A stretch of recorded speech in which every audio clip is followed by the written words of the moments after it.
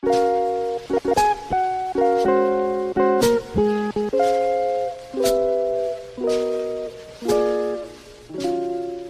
doy la bienvenida. Hoy es 20 de julio, sábado de la 15ª semana del tiempo ordinario. En Colombia hoy es fiesta nacional, Día de la Independencia. Orar por nuestra patria Colombia, lo necesita, por la incertidumbre que vivimos. El 20 de julio de 1810, Colombia, entonces parte del Virreinato de Nueva Granada, dio un paso significativo hacia su independencia de la corona española. Este día, conocido como el Grito de Independencia, marcó el inicio de una serie de eventos que eventualmente llevaron a la independencia definitiva de Colombia el 7 de agosto de 1819, tras la Batalla de Boyacá.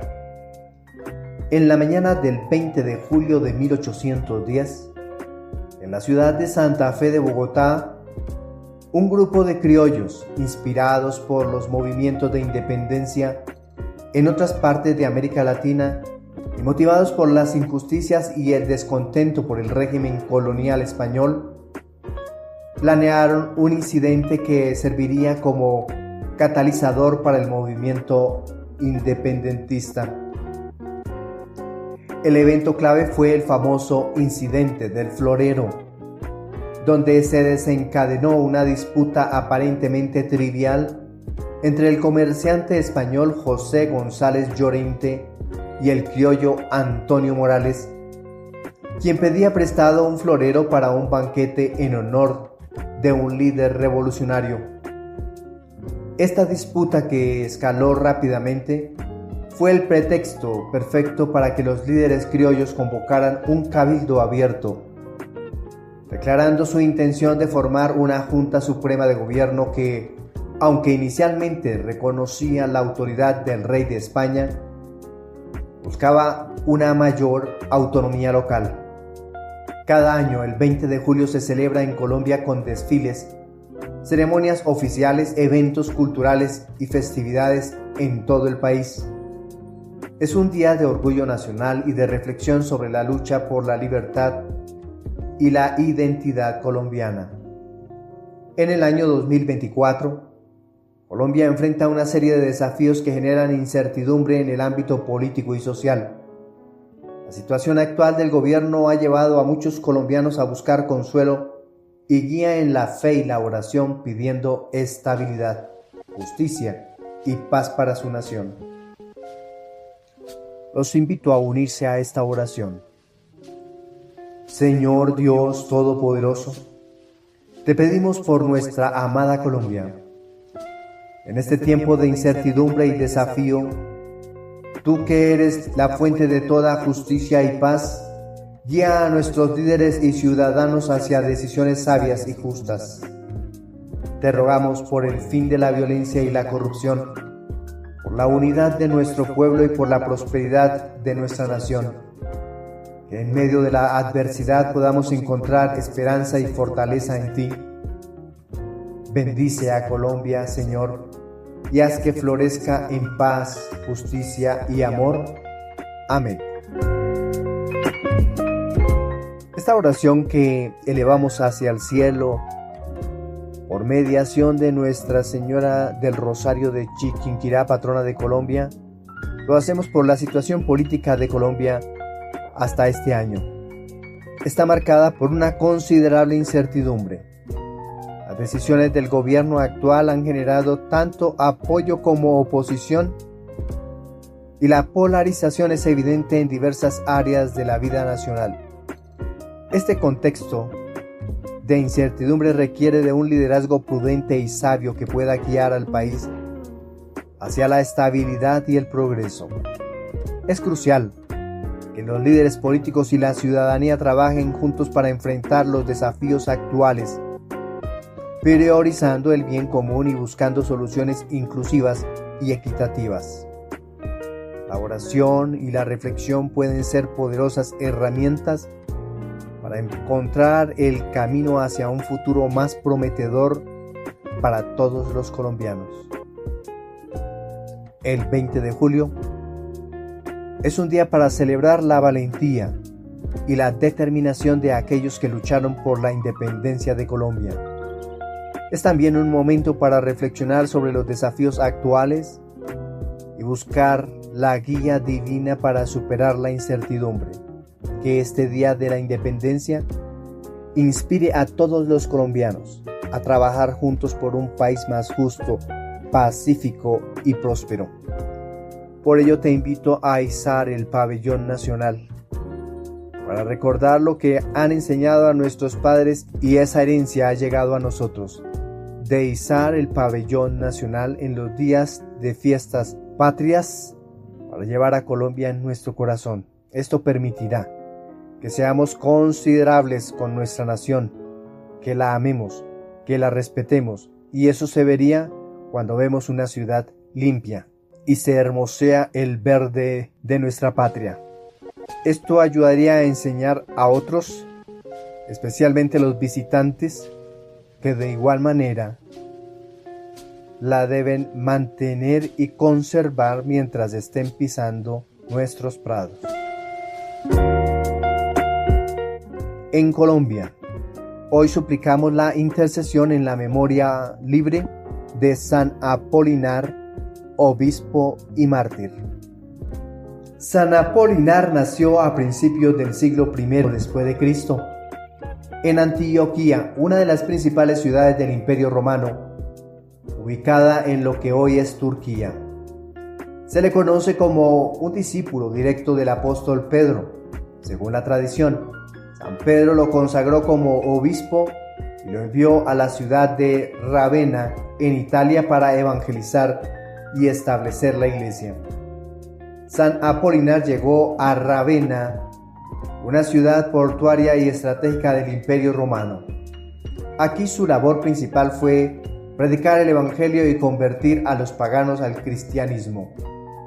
Sus predicaciones fueron tan efectivas que, a pesar de las persecuciones, logró establecer una comunidad cristiana sólida y fervorosa. Apolinar enfrentó numerosas persecuciones bajo los emperadores Vespasiano y Domiciano. A pesar de los intentos de silenciarlo, continuó predicando con fervor. Durante sus años en Ravenna, se le atribuyen varios milagros como curaciones y exorcismos que fortalecieron la fe de sus seguidores y aumentaron su reputación como hombre santo. Uno de los milagros más destacados de San Apolinar fue la curación de la hija de un tribuno romano. La joven estaba gravemente enferma y los médicos no podían hacer nada por ella. El tribuno, o magistrado, habiendo oído de los milagros de Apolinar, lo buscó y le pidió ayuda. San Apolinar oró por la niña y milagrosamente ella recuperó la salud. Este milagro no solo reforzó la fe de la comunidad cristiana en Ravenna, sino que también atrajo a muchos paganos a la fe cristiana. San Apolinar finalmente sufrió el martirio alrededor del año 79 después de Cristo. Fue arrestado y golpeado severamente debido a su fe y su influencia en la conversión de muchos. Aunque las circunstancias exactas de su muerte varían según las tradiciones, se cree que fue martirizado fuera de la ciudad de Ravenna. Su cuerpo fue enterrado en la iglesia que él mismo había fundado y su tumba se convirtió en un lugar de peregrinación. San Apolinar fue venerado como santo desde los primeros siglos del cristianismo debido a su martirio y sus milagros. La iglesia reconoció oficialmente su santidad y lo canonizó, aunque el proceso de canonización formal como lo conocemos hoy no existía en sus tiempos. San Apolinar es el patrono de Ravenna y también se le invoca como protector contra las tormentas y enfermedades. Aunque San Apolinar no tiene una relación directa con Colombia, los principios de evangelización y martirio que vivió resuenan con la historia de muchos misioneros que llevaron el cristianismo a América Latina. Su ejemplo de perseverancia y fe en medio de la persecución es una inspiración universal. Por eso hoy, 20 de julio, pidamos a los santos, especialmente a San Apolinar, que nos ayude a enfrentar las incertidumbres y desafíos de nuestro tiempo con fe y valentía, que interceda por Colombia y nos guíe hacia la paz, la justicia y la unidad. Oremos. Oh glorioso San Apolinar, que enfrentaste persecuciones y adversidades con fe inquebrantable, intercede por nosotros en estos tiempos de incertidumbre. Guía a nuestros líderes y a nuestra nación hacia la paz y la justicia. Danos la fortaleza para perseverar en la fe y el valor para actuar con amor y verdad. Te pedimos especialmente por Colombia, que encuentre en tu ejemplo la inspiración para superar los desafíos actuales.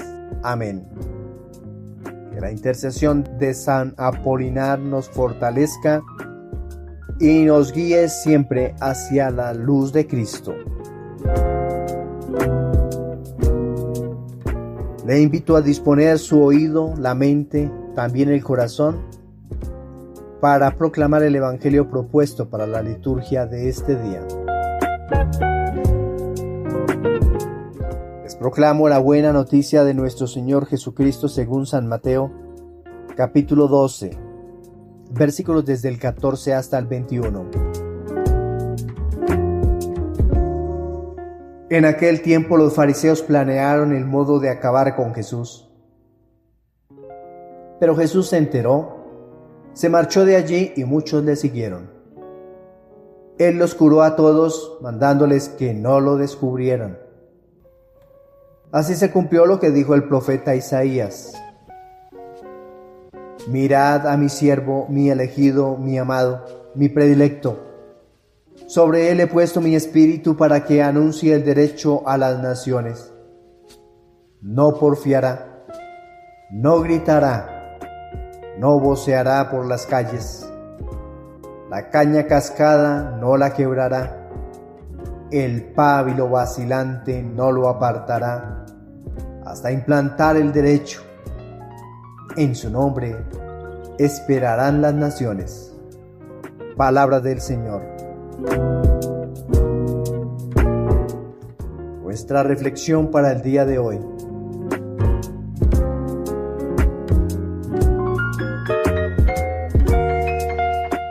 La propuesta de la primera lectura de la profecía de Miqueas en su capítulo 2. El relato de la primera lectura nos pone en jaque en nuestra relación con Dios. El Señor observa el mal que todos tramamos. Escucha atentamente la queja u oración de quienes sufren y nadie se queda sin que el Dios creador practique la justicia en contra de quienes oprimen a los más débiles. La ley del Señor es la práctica de la misericordia, y cuando así lo hacemos, la vida será más llevadera para los poderosos, como para los que no tienen suficiente. La tierra considerada patrimonio sagrado que heredarán los hijos será el sostenimiento de quienes llegan. Usurpar los bienes de los campesinos por manos criminales será juzgado por Dios, quienes nunca disfrutarán lo que han robado. Invitación para una mejor comprensión de lo que aquí decimos, acercarnos a los textos bíblicos antes de continuar la escucha de nuestra reflexión. Profundicemos en el profeta Miqueas. El profeta Miqueas ejerció su ministerio durante el siglo VIII a.C., en un tiempo de gran injusticia social y corrupción en Israel y Judá. Este periodo estuvo marcado por la opresión de los pobres y la avaricia de los ricos, quienes abusaban de su poder para despojar a los más vulnerables de sus propiedades y herencias. Miqueas, como portavoz de Yahvé, denuncia estas prácticas injustas y advierte sobre las consecuencias del pecado. Profundicemos en sus versículos. Versículo 1. Ay de los que planean la iniquidad y traman el mal en sus lechos. Al romper el alba lo ejecutan porque está en su mano. Dice el texto, ay de los que planean iniquidad, refiriéndose a aquellos que deliberadamente conspiran para hacer el mal y traman el mal en sus lechos. Indica que su maldad es premeditada y constante, incluso en su tiempo de descanso. Dice el texto, al romper el alba lo ejecutan porque está en su mano. Simboliza la prontitud y determinación con la que llevan a cabo sus planes malvados.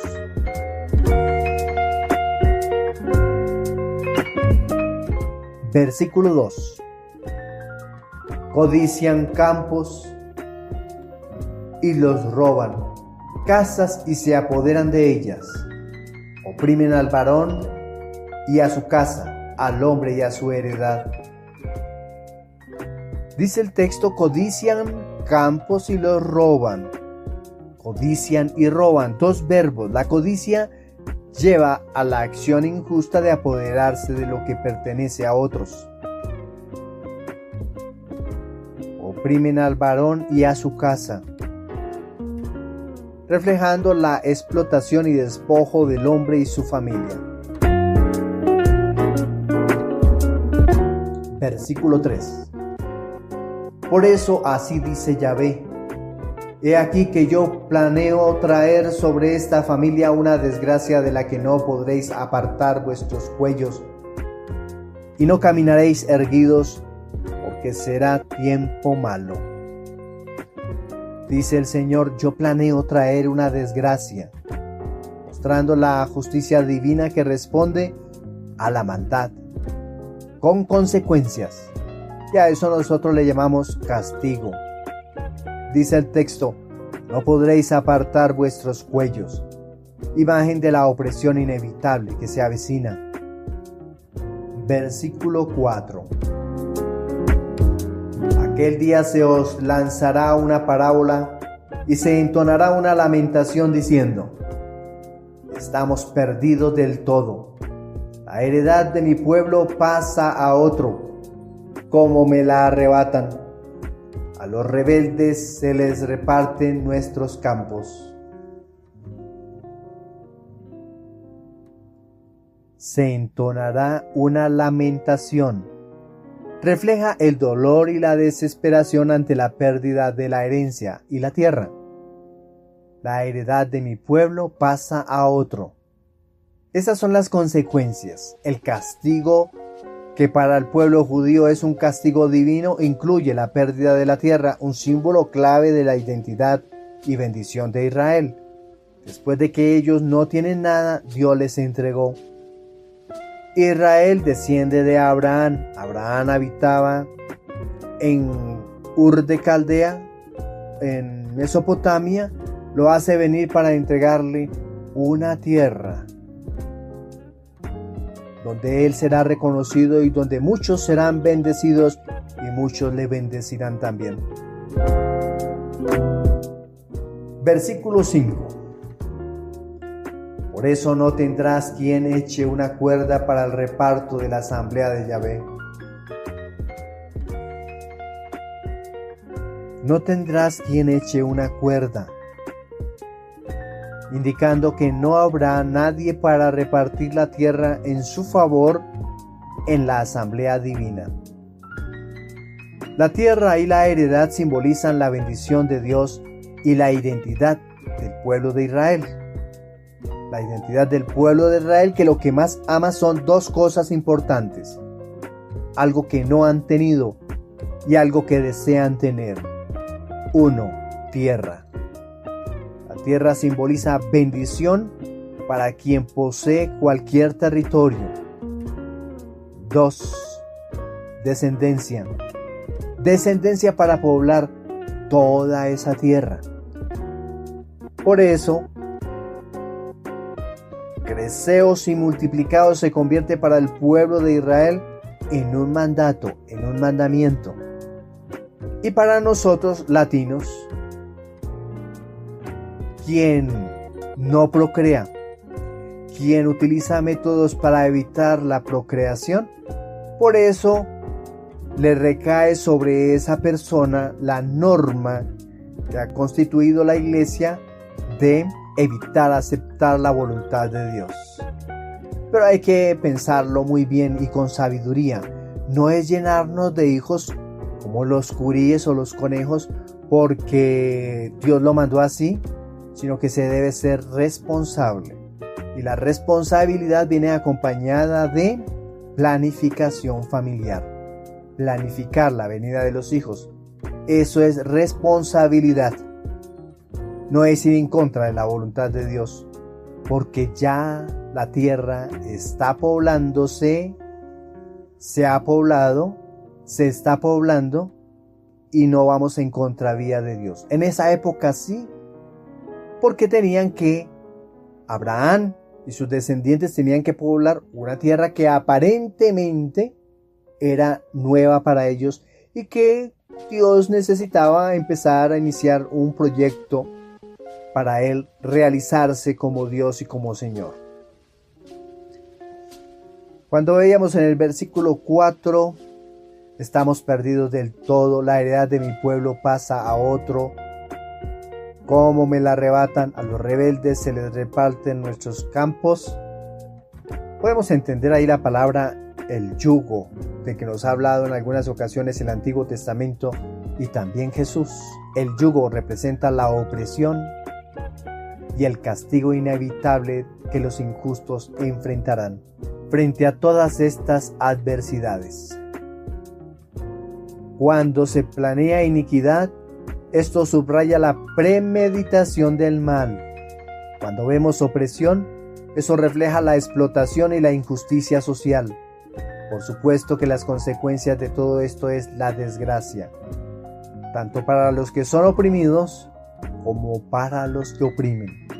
Indica el castigo divino planeado.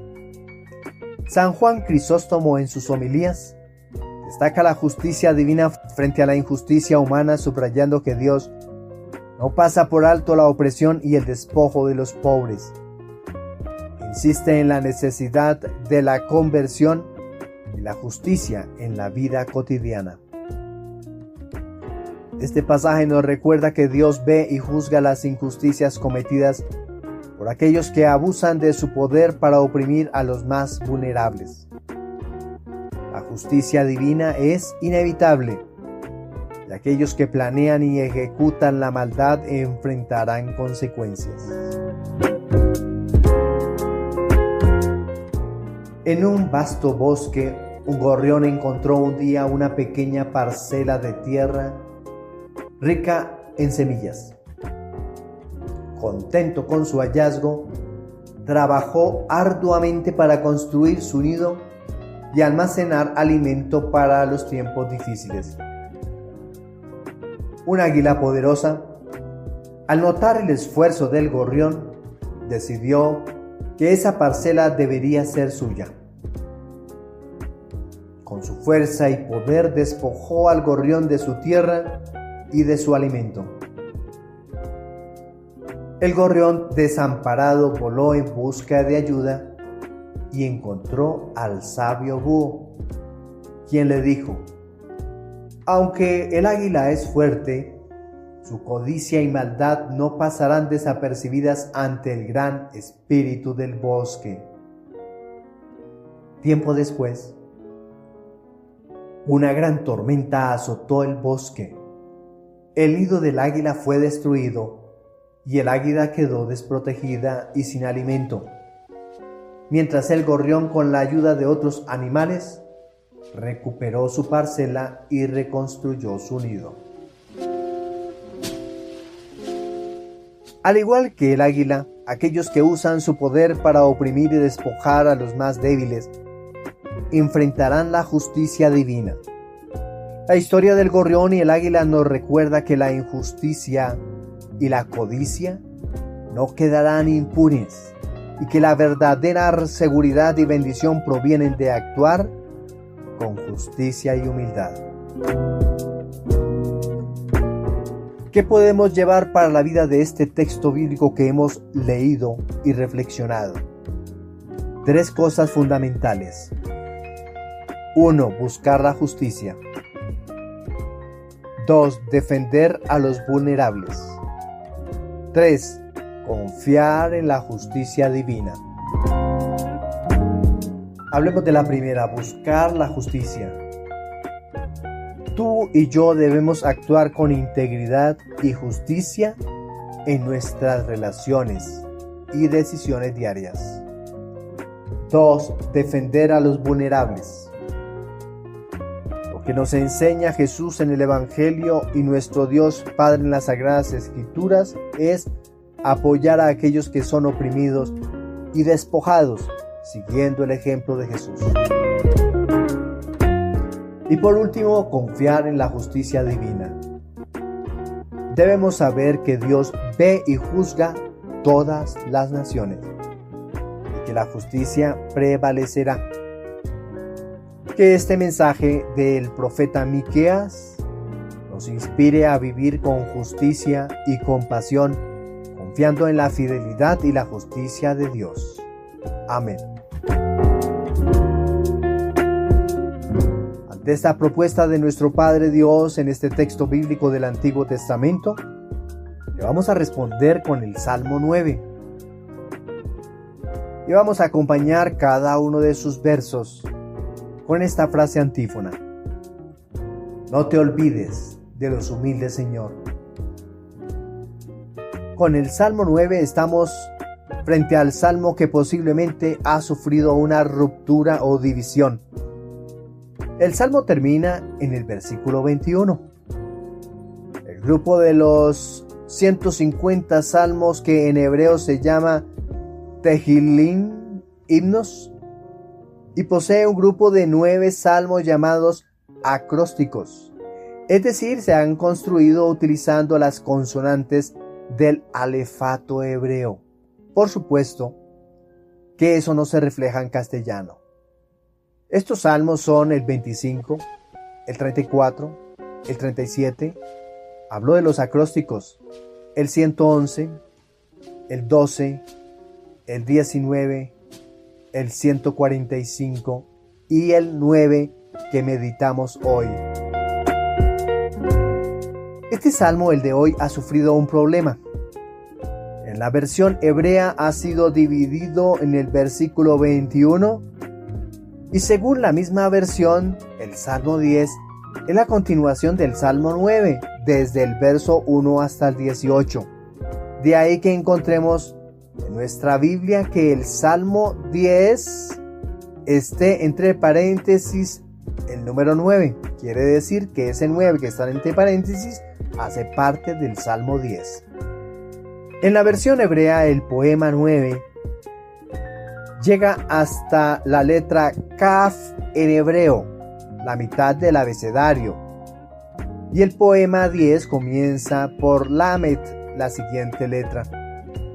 Es decir, que el poema ha sufrido un corte artificial y que es mucho más acertada la versión griega cuando deja juntos en uno estos dos poemas. Esta es una súplica individual, una alabanza a la justicia de Dios titulada Dios humilla a los impíos y salva a los humildes. Alabar a Dios es una manera como el hombre manifiesta gratitud a Dios. El Salmo 9 es la oración del necesitado reclamando justicia de Dios. El pobre sufre ante la demolición en su contra, pero Dios da plazo a quienes obran el mal. ¿Por qué se demorará el Señor en juzgar a los malvados? ¿Cómo está tu motivación? Una motivación equivocada hará que nuestros caminos sean torcidos. Quien cree que Dios está ausente y no ve las malas acciones del malvado, debe preocuparse porque llega el momento de la justicia y su galardón será la condenación, es decir, la ausencia total de Dios por toda la eternidad. Profundicemos en este salmo. El Salmo 9 es un lamento que expresa la angustia del justo ante la aparente prosperidad de los malvados y la justicia que se observa en el mundo. Este salmo refleja una profunda desesperación frente a la maldad y una súplica por la intervención divina. Los fieles, al ver la prosperidad de los malvados y el sufrimiento de los justos, claman a Dios por justicia. El contexto histórico puede situarse en una época de conflicto y opresión, donde los fieles experimentarán la injusticia de los poderosos y buscaban consuelo y justicia en Yahvé. El Salmo 9, como parte de los Salmos de Lamentación, refleja la lucha del justo frente a la aparente prosperidad de los malvados y la justicia que prevalece en la sociedad. Se sitúa en un contexto de sufrimiento y clamor a Dios por justicia, destacando la fe de la intervención divina y el cuidado de Dios hacia los más necesitados. Profundicemos en sus versículos. Versículo 22 y 23, que vendría a ser el 1 y 2 del Salmo 10. ¿Por qué, Yahvé, te quedas lejos y te escondes en el momento de la angustia? Versículo 23. Con arrogancia el impío persigue al pobre, quedará atrapado en las intrigas que inventó. Te quedas lejos y te escondes. Expresa la sensación de abandono divino en tiempos de sufrimiento. Una palabra que resuena en el versículo 22 es momento de angustia. Esa angustia refleja el clamor del justo en medio de la tribulación. Pero también encontramos con arrogancia el impío persigue al pobre. La arrogancia del impío denota la soberbia del malvado y quedará atrapado en las intrigas que inventó. Las trampas que el impío tiende, que eventualmente le atraparán a él mismo. Profundicemos en los versículos 24 y 25 del Salmo 9, que pueden ser los versículos del 3 hasta el 4 del Salmo 10. El malvado se jacta de su ambición. El codicioso blasfema y desprecia a Yahvé. Versículo 4. El malvado dice con insolencia: no hay Dios, no hay quien me pida cuentas. Cuando el malvado se jacta de su ambición, eso quiere decir que éste se enorgullece de su codicia y poder. El codicioso, mientras tanto, blasfema y desprecia a Yahvé. Muestra un desprecio abierto hacia Dios, que siempre gusta de la justicia.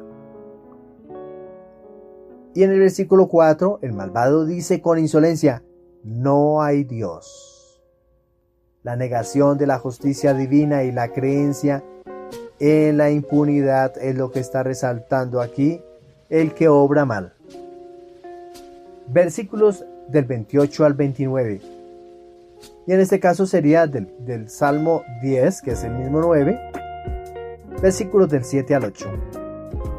Llena está su boca de maldiciones, de engaños y violencia. Bajo su lengua hay perfidia y maldad. Versículo 8. Acecha a los poblados, mata al inocente en el oculto, sus ojos espían al desvalido. Llena está su boca de maldiciones, de engaños. Maldiciones y engaños. La boca del impío está llena de maldad y mentira. bajo su lengua hay perfidia y maldad. Muestra la profundidad de su iniquidad. Acecha a los poblados, el impío se esconde y espera para atacar. Mata al inocente. La violencia dirigida contra los más vulnerables. Versículo 35, o del Salmo 10, el versículo 14. Pero tú ves el dolor y la aflicción, los miras y los tomas en tus manos. El pobre se encomienda a ti, tú eres el amparo del huérfano. Pero tú ves el dolor y la aflicción. Dolor y aflicción significan sufrimiento y opresión. El salmista asegura que Dios no es indiferente al sufrimiento humano, sino que lo observa atentamente. Dice el texto, pero tú ves el dolor y la aflicción. Ver. Esta palabra implica que Dios está consciente y atento a las circunstancias de los justos, lo que brinda consuelo y esperanza a los fieles. Los miras y los tomas en tus manos. En hebreo, mirar tabit sugiere no solo ver, sino considerar profundamente. Una gran diferencia entre ver y mirar. Ver, Dios está consciente y atento a las circunstancias de los justos, lo que brinda consuelo y esperanza a los fieles. Cuando mira, sugiere no solo ver, sino considerar profundamente. Tomas en tus manos simboliza el cuidado activo y protector de Dios, como alguien que recoge y sostiene a aquellos que sufren. El pobre se encomienda a ti, tú eres el amparo del huérfano. Amparo, en hebreo, oser, significa ayudante o protector. Dios es visto como el defensor y protector de los más vulnerables, especialmente los huérfanos que carecen de protección familiar. En las Sagradas Escrituras existen otro grupo de personas vulnerables. En otra ocasión hablaremos de ellos. Este versículo subraya la naturaleza compasiva y justa de Dios, a pesar de la maldad y la injusticia que pueden parecer dominantes. Dios está profundamente involucrado en la vida de los oprimidos. Su conocimiento y atención a su sufrimiento aseguran a los fieles que no están solos ni olvidados. Dios se presenta como el protector y defensor, especialmente de los pobres y huérfanos, aquellos que son más vulnerables y marginados en la sociedad.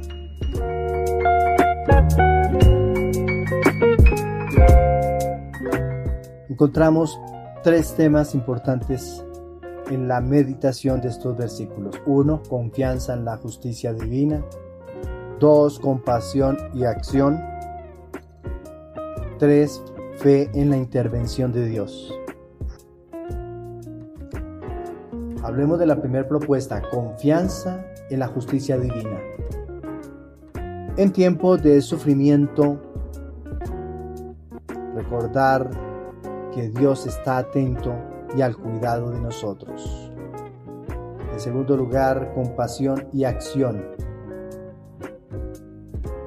Debemos estar inspirados por el ejemplo de Dios, ser defensores y protectores de los vulnerables en nuestra comunidad. Y por último, fe en la intervención de Dios.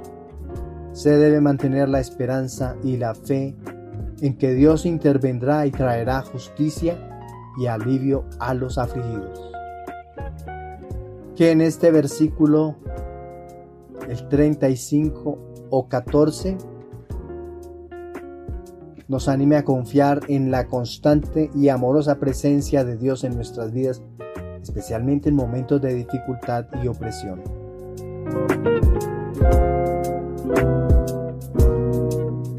San Agustín, en sus comentarios sobre los Salmos, destaca la justicia divina y la protección de los humildes. Él interpreta este salmo como una afirmación de que Dios nunca olvida a los pobres y que su justicia prevalecerá, recordando a los fieles que deben mantener la esperanza en la intervención divina. En sus comentarios sobre los salmos enfatiza que Dios siempre está presente y es consciente del sufrimiento de sus fieles. Él interpreta que Dios, al ver la injusticia y el sufrimiento, actúa a favor de los justos y oprimidos. Agustín subraya que la confianza en Dios debe ser total, especialmente en tiempos de tribulación, porque Dios es un refugio seguro y defensor de los más vulnerables.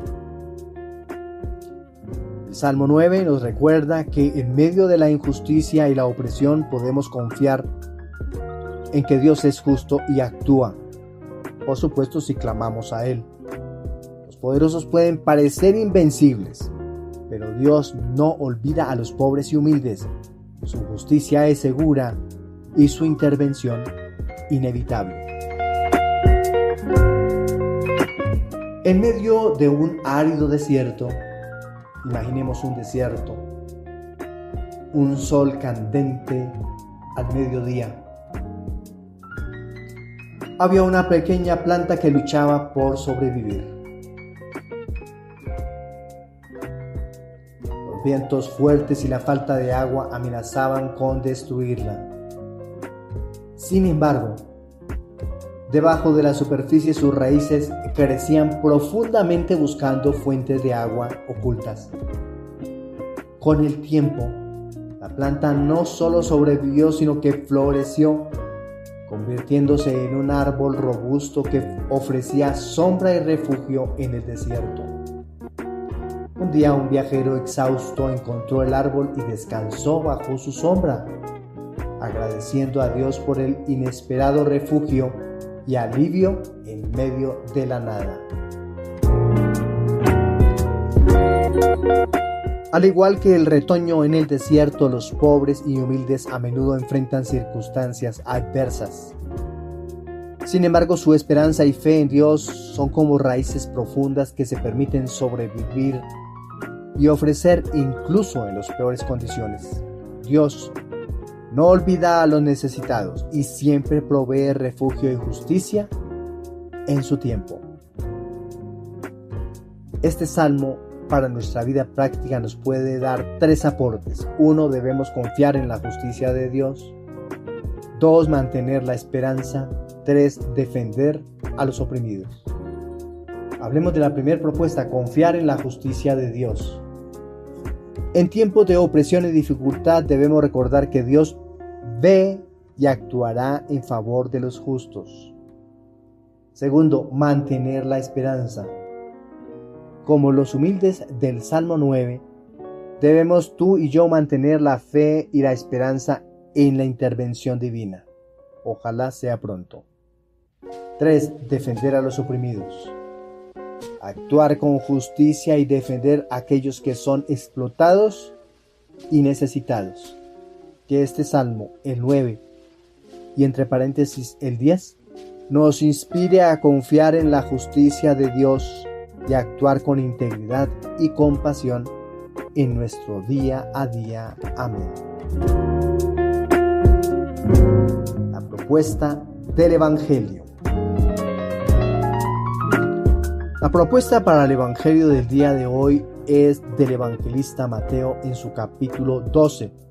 A continuación de los textos que hemos venido leyendo todos estos días. Una lectura secuencial del Evangelio de Mateo para hacer un discipulado con el evangelista judío Mateo o Leví. Los fariseos estaban hartos de las acciones que venía realizando el judío Jesús. Milagros, curaciones, poca observancia de la ley. Se autodenominaba profeta y todo esto fastidiaba a los piadosos de la ley, a los fariseos. Los puntos a favor de Jesús para la humanidad son su mansedumbre y humildad, las mismas virtudes que exaltó el profeta Isaías en el Mesías que iba a venir a salvar no solo a la nación de Israel, sino al mundo entero, en toda su integridad.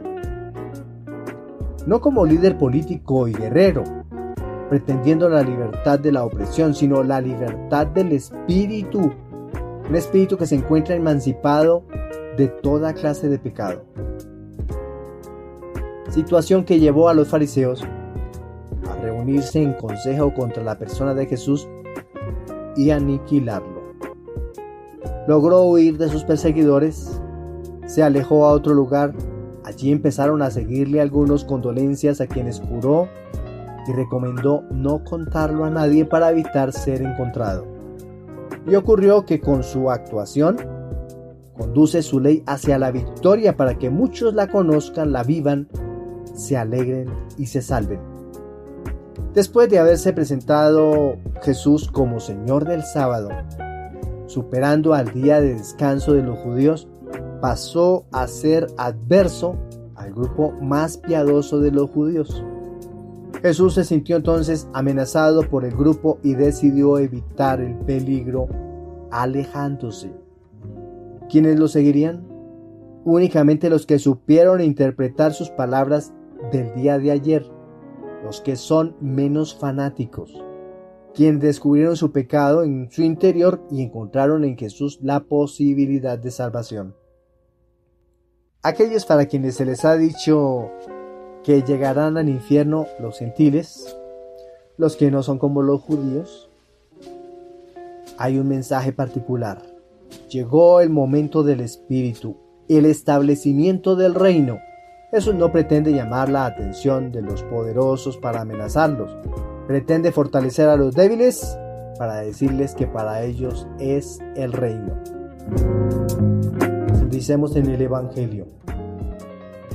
El Evangelio de Mateo fue escrito alrededor del año 80 o 90 después de nuestra era, para una comunidad judeo-cristiana. Mateo presenta a Jesús como el cumplimiento de las profecías del Antiguo Testamento y como el nuevo Moisés que trae una nueva ley. El Evangelio está estructurado en 5 grandes discursos que reflejan los 5 libros de la Torá, destacando la enseñanza y la autoridad de Jesús.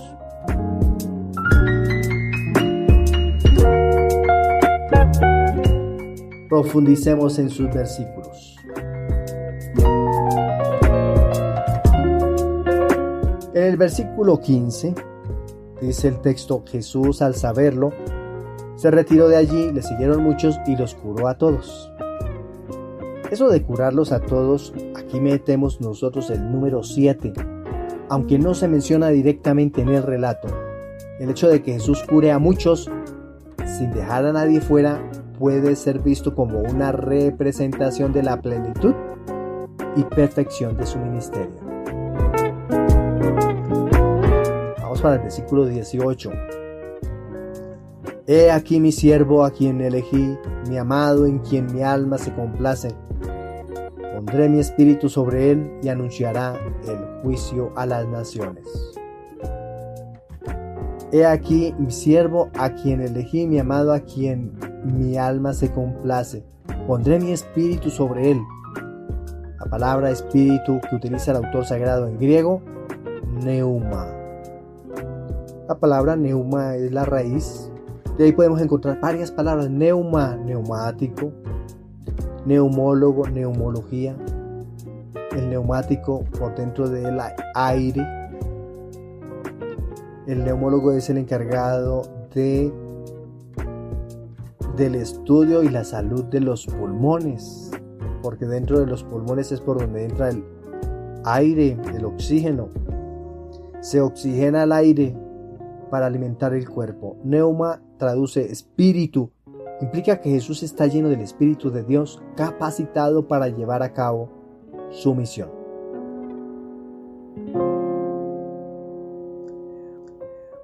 Versículo 20. La caña cascada no la quebrará, ni apagará la mecha humeante, hasta que lleve a la victoria el juicio. Caña quebrada y mecha humeante simbolizan a los débiles y oprimidos. Jesús viene a restaurar y fortalecer a los que están rotos y a punto de extinguirse. ¿Quién se siente así? ¿Quién se encuentra así? ¿Es Jesús la esperanza para aquellos que se sienten abatidos, destruidos, acabados? Puede ser un enfermo, puede ser un anciano ya sin ganas de vivir por sus dolencias, por su enfermedad. Puede ser una persona que está atravesando en este momento por una situación de cáncer. Puede ser una persona que en este momento está abatida, esclavizada por las drogas. Para esa persona es la palabra de Jesús. Para esa persona es la persona de Jesús. Y dice el texto, hasta que lleve a la victoria el juicio. Justicia o juicio, Jesús viene a restablecer la justicia divina, no la justicia humana que busca la venganza y la retribución. 5 temas importantes encontramos reflexionando este evangelio. 1. Deliberación de los fariseos. 2. Retiro de Jesús. 3. Las curaciones. 4. Mandato de silencio. 5. Cumplimiento de la profecía. Ese es el esquema del relato del día de hoy. Profundicemos en él. Primero, deliberación de los fariseos. Los fariseos buscan una manera de eliminar a Jesús, quienes se han convertido en una amenaza para su autoridad religiosa. Segundo, retiro de Jesús. Jesús se retira no por temor, sino para evitar la confrontación directa y para cumplir su misión de manera discreta. Tercero, curaciones. Jesús sigue mostrando su poder y compasión, curando a los enfermos, lo que reafirma su autoridad divina. 4. Mandato de silencio. Jesús manda a la gente que no revele su identidad, enfatizando su misión de cumplir las profecías sin buscar y pretender la fama. Y por último, cumplimiento de la profecía. Mateo cita en su texto bíblico al profeta Isaías en su capítulo 42, los primeros 4 versículos, para mostrar que Jesús es el siervo sufriente que traerá justicia, sin violencia. En una sabana africana, una manada de elefantes muestra su comportamiento fascinante que puede ayudarnos a comprender mejor el pasaje del Evangelio. Cuando un elefante de la manada se hiere o enferma, los demás elefantes no lo abandonan. Al contrario, lo rodean y lo protegen. Incluso los más jóvenes se quedan a su lado, brindando apoyo emocional y físico. Los elefantes son conocidos por su memoria y por su capacidad de duelo, mostrando una profunda empatía y compasión. Al igual que los elefantes que cuidan a sus miembros heridos, Jesús nos muestra que debemos cuidar a los más vulnerables entre nosotros. No busca la fama ni el reconocimiento, sino que actúa en silencio, curando y restaurando a los que están rotos. Nos invita a ser como esa manada de elefantes, protegiendo y cuidando a los demás con compasión y amor. El pasaje del texto que hoy hemos proclamado muestra a Jesús como el siervo de Dios. Una misión es traer justicia y sanación sin buscar la confrontación y la fama. Su ministerio está enraizado en la humildad y la compasión, cumpliendo las profecías del Antiguo Testamento. En la actualidad, este pasaje que hemos proclamado hoy nos invita a seguir el ejemplo de Jesús en la compasión y humildad. Nos llama a actuar con justicia y a sanar las heridas de los demás sin buscar reconocimiento o fama. La figura de Jesús, como el siervo sufriente, es un modelo para vivir una vida de servicio y amor incondicional. San Agustín comenta sobre este pasaje resaltando la humildad y la mansedumbre de Jesús. En su sermón dice: Cristo no vino para ser servido, sino para servir y dar su vida en rescate de muchos. Él es el siervo fiel que no busca la gloria mundana, sino que cumple la voluntad de su Padre Celestial. ¿Qué podemos concluir del Evangelio que hemos hoy proclamado? El Evangelio de San Mateo en su capítulo 12, versículos del 14 al 21, nos llama a imitar a Jesús en su compasión y humildad. Como los elefantes que cuidan a sus heridos, estamos llamados a proteger y sanar a los más vulnerables entre nosotros, actuando siempre con justicia y amor. La misión de Jesús, llena del Espíritu, es nuestra guía para vivir una vida de servicio desinteresado y misericordia. Hemos llegado al final de nuestra entrega. Ha sido un placer haber compartido con ustedes. Les deseo un feliz de semana. Que Dios esté colmando de su alegría y de su bendición su vida, su actuar, toda realización que realice y este proceso de conversión en discípulo del Maestro. Felicidades, bendiciones.